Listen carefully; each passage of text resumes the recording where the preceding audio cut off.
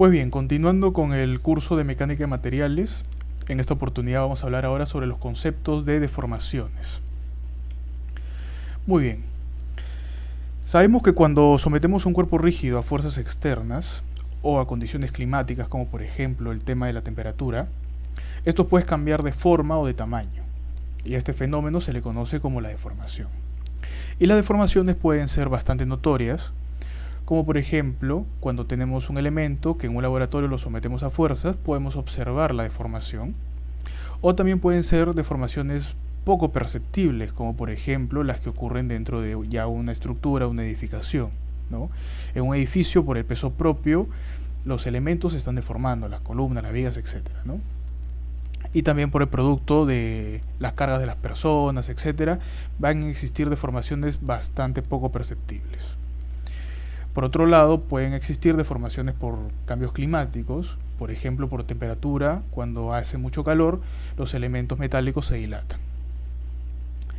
Pues bien, lo que toca ahora es definir el concepto de la deformación unitaria, o también conocida en inglés como el strain, que es la manera de describir la deformación de un cuerpo debido a los cambios de los segmentos lineales o a los cambios por los ángulos que puedan existir internamente.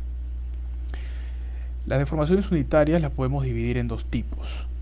La deformación unitaria axial, que la vamos a escribir con la letra epsilon, que lo podemos entender como, por ejemplo, si tenemos una barra de longitud L sub 0, la cual la sometemos a cargas externas opuestas axiales, este elemento va a deformarse a una longitud L. Este cambio de longitud lo vamos a llamar delta, el cual es la diferencia entre la longitud final y la longitud inicial. Entonces, con ello podemos definir la deformación unitaria normal promedio, epsilon, como la división entre el cambio de longitud y la longitud inicial del elemento. Esto es para un cuerpo sólido completo, por eso es que es una deformación unitaria axial promedio. Sin embargo, esto también lo podemos analizar para un punto en específico, como por ejemplo, si es que tenemos dentro de esta barra un segmento S, delta de S, debido a estas fuerzas externas P, internamente va a haber también fuerzas internas P que van a hacer que este segmento se deforme a delta S', y por lo tanto la deformación unitaria axial en este punto vendría a ser el límite cuando el sigma de S, que es la longitud inicial, tiende a 0, ¿no? Cabe recalcar que esto mismo ocurre para la compresión, y cuando el elemento es traccionado, pues se conoce que la deformación es positiva, y cuando el elemento es comprimido se puede entender como una deformación negativa. Si esta expresión la manipulamos un poco, tenemos entonces que epsilon era igual a la longitud final menos la longitud inicial sobre la longitud inicial. La longitud inicial pasa a multiplicar, y despejando la longitud final nos va a quedar la longitud inicial multiplicada por epsilon más 1. ¿Y esto para qué nos sirve? Nos sirve para poder entender cómo es la dirección de las deformaciones axiales. Por ejemplo, si yo tengo un cubo el cual va a tener un lado unitario, este cubo puede ser un punto que yo quiero analizar de un lado unitario 1. Cuando este cubo es sometido solamente a esfuerzos axiales, cada uno en sus ejes, los esfuerzos X, Y y Z, pues sus lados se van a deformar axialmente. Y si habíamos visto que la deformación de la longitud final vendría a ser la longitud inicial por E más 1, vendría a ser 1 más EX por la longitud inicial, que en este caso era 1.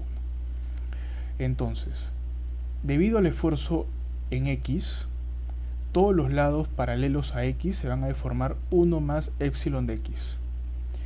Debido al esfuerzo en Y, todos los lados paralelos a Y se van a deformar 1 más epsilon Y. Y lo mismo ocurre en Z. Pues bien, ahora, los elementos no solo pueden deformarse axialmente, y como se vio en el capítulo anterior, las fuerzas pueden ser axiales o pueden ser acortantes. Por lo tanto, ya vimos la deformación unitaria axial, ahora tocaría ver la deformación unitaria acortante. Supongamos ahora que tenemos nuevamente una barra, pero esta barra ahora está apoyada sobre un suelo y en su base está completamente restringida, no se puede mover. Si yo aplico una fuerza cortante, existirá lógicamente una deformación, pero a diferencia de la deformación anterior, que era una deformación longitudinal, ahora existirá una deformación angular. Si a este mismo cuerpo ahora lo someto a una misma fuerza pero en sentido opuesta, existirá también una deformación angular. ¿Y esto para qué sirve? Si originalmente el ángulo era de 90 grados, un pi medios, ¿por qué? Porque las deformaciones angulares se miden en radianes, entonces vamos a hablar de pi medios. En el primer caso va a existir una deformación de un ángulo θ menor a 90.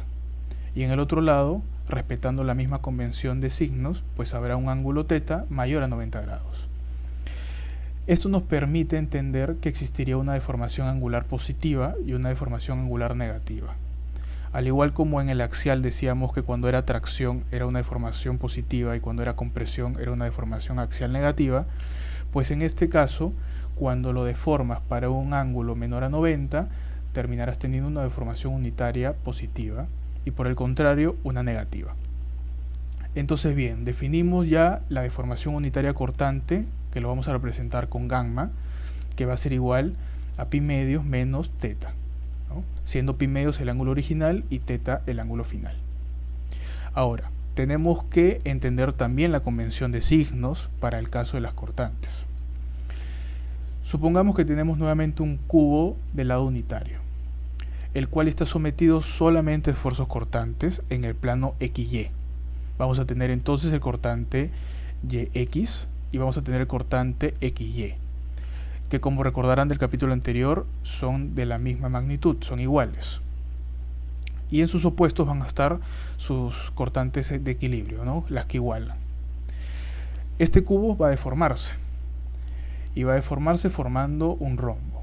Y dentro de este rombo va a ser lo que observamos en el lado de acá, la deformación que hemos dicho, pi medios menos el ángulo, que en este caso sería pi medios menos gamma XY.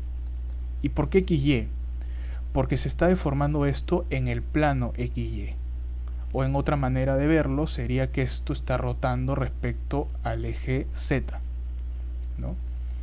De esta manera encontramos la convención de signos. Los elementos, al igual que como lo vimos también en el capítulo anterior, no están sometidos únicamente o a esfuerzos axiales o a esfuerzos cortantes. Normalmente están sometidos a diversos tipos de fuerzas que pueden generar diversos tipos de esfuerzos y por lo tanto diversos tipos de deformaciones. Entonces, ¿cómo sería un caso generalizado? Si tengo un cuerpo el cual está sometido a cargas aleatorias en cualquier dirección y quiero analizar un pequeño punto, este pequeño punto lo analizo como un cubo. Sería un cubo que va a tener lado delta X, delta Y, delta Z. Y como originalmente no está deformado, pues sus ángulos van a ser de 90 grados, pi medios para todos lados. Cuando esto se deforma, los lados se van a deformar 1 más delta de X, perdón, 1 más epsilon de X por delta de X, como lo vimos en el capítulo anterior, en el primer capítulo de la deformación. Y en el caso del Y sería 1 más epsilon Y por delta de Y, y en el caso de Z sería 1 más epsilon Z delta de Z. Y en el caso de las deformaciones angulares, pues sería, por ejemplo, pi medios menos lambda de YZ. ¿Y por qué YZ? Porque esta cara está rotando en el eje YZ. La cara superior va a ser pi medios menos lambda de XY. ¿Por qué XY? Porque esta cara está rotando en el plano XY. Y finalmente acá tendría pi medios menos lambda de XZ, porque esta está rotando respecto al plano XZ. Muy bien, en el siguiente capítulo ya hablaremos sobre la relación que existe entre el esfuerzo y la deformación, que a estas alturas queda bastante obvio que tiene que haber una relación entre ambos conceptos.